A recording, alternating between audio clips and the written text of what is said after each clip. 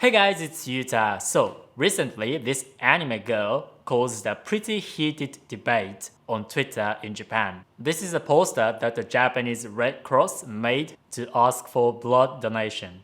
It features a manga character, Uzaki-chan, who's saying, "Senpai, you've never donated blood? Is it because you're scared of needles?" And she's a character from the manga Uzaki-chan Wa Asobi Tai. She basically wants to hang out with her male senpai, but he prefers spending his time alone. But she follows him around anyway and ends up spending time with him. And the whole debate started with this tweet. "I admire the work the Red Cross does, which is why I'm disappointed that JRCSPR in Japan would run a campaign using the over-sexualized Uzaki-chan. There's a time and place for this stuff. This isn't it." And that tweet was in English, but a Japanese lawyer noticed it and retweeted in Japanese. It seems that the Japanese Red Cross Society is displaying a Uzaki-chan Wa Asobi Tai and blood donation collaborative campaign poster. But I think it is really insensitive. Why did they choose this illustration specifically? And although I think everyone is desensitized to it, this poster is like environmental sexual harassment in a public space.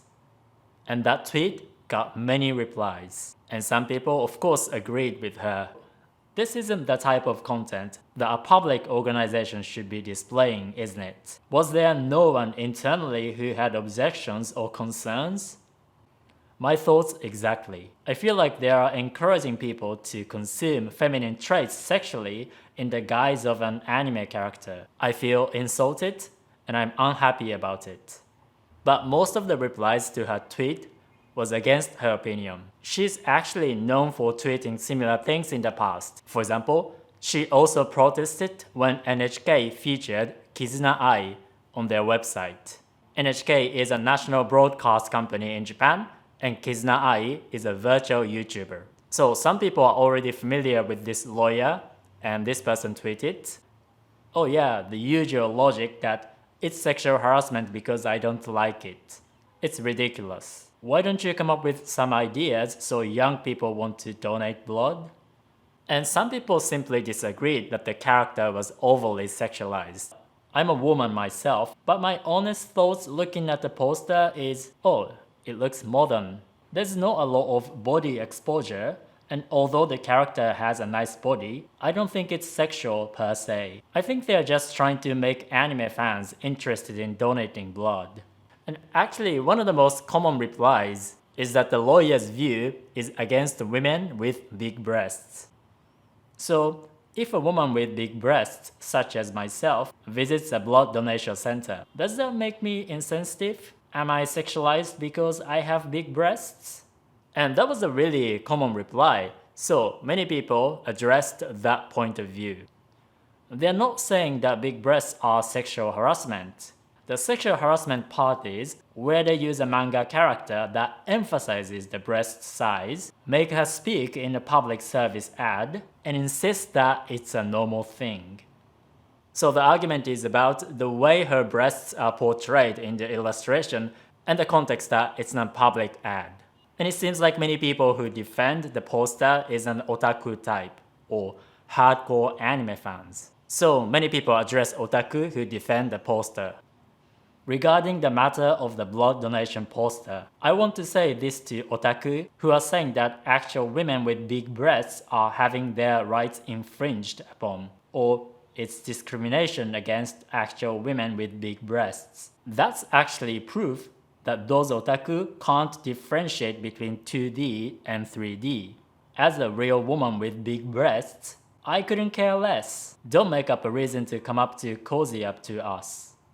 So some part of this looks like a war between otaku and non-otaku. And by the way, I'm pretty sure you have an opinion about this. And if you speak Japanese, you can join this conversation directly with Japanese people. So if you want to learn Japanese with me, I will teach you the kind of Japanese that Japanese people actually speak, which can be different from the kind of Japanese people that textbooks teach. So click the link in the description and subscribe to my email group, Japanese with Yuta. But anyway, otaku are actually pretty important when it comes to blood donation. And someone shared this interesting data.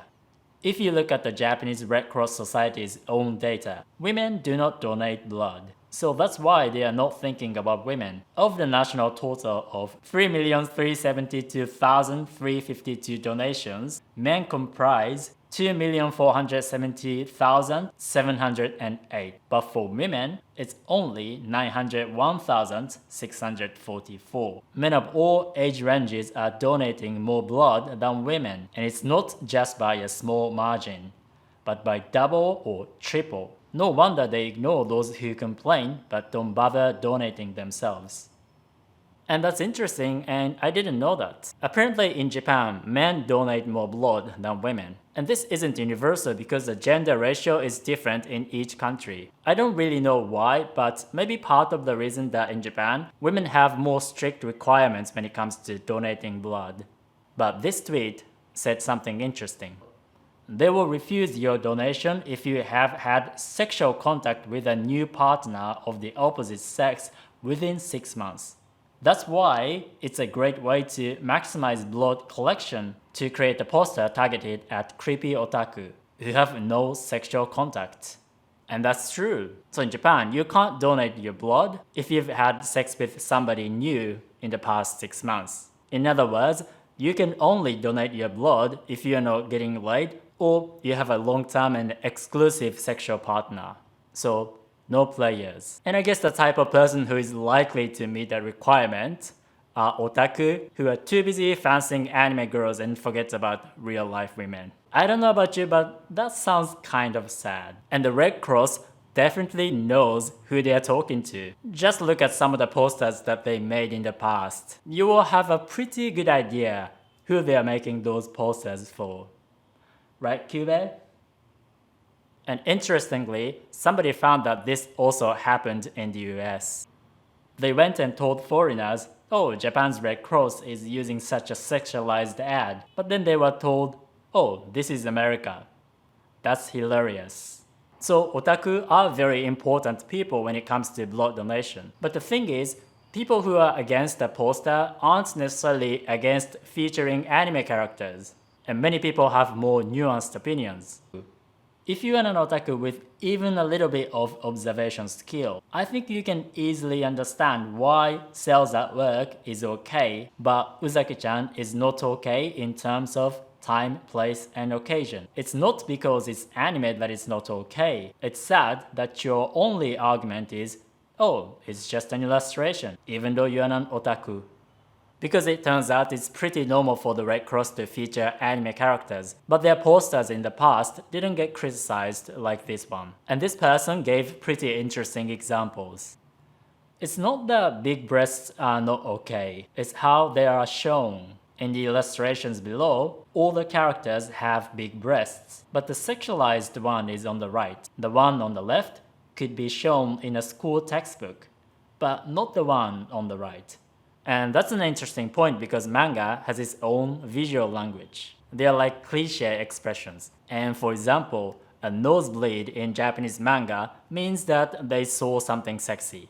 And likewise, the way the girl on the right blushes often means that she is sexually aroused. And also the way it's emphasizing the breasts, it seems like it's a common thing with pornographic manga. But I'm sure you guys are more familiar with it, so let me know. But because of that, it seems only natural that some people suspect that otaku who defend the poster, they actually know why it's not okay. I haven't said anything up until now, but the poster doesn't look right to me. I think otaku who are defending actually know that it's not right in the back of their mind. And I have to clarify that not all otaku are defending it. For example, this person says, I'm a male otaku, but for me, this is obvious at first glance. So obviously not all otaku have the same opinion. But I think one of the things that makes this kind of debate difficult is what's sexualized and what's not can be pretty subjective. So maybe even though to some people it's pretty obvious that it's sexualized, with other people it's not very intuitive. But at the same time, I think very few people disagree that the poster is targeting male otaku. So this person says, I want men to realize that in our society, content geared to men is too much of a standard, and they don't realize that it's based on sexism. Overall, I think this is a very interesting debate, and I wanted to share this with you because it concerns anime and feminism in Japan, which isn't covered a lot in English. But if you speak Japanese, you don't have to wait for me to make this kind of video to understand and participate in this kind of conversation in Japanese. So, if you want to learn Japanese with me, I will teach you the kind of Japanese that Japanese people actually speak, which can be pretty different from the kind of Japanese that textbooks teach you. So, click the link and subscribe to my email group, Japanese with Yuta. Alright, see you guys soon. Ciao, ciao.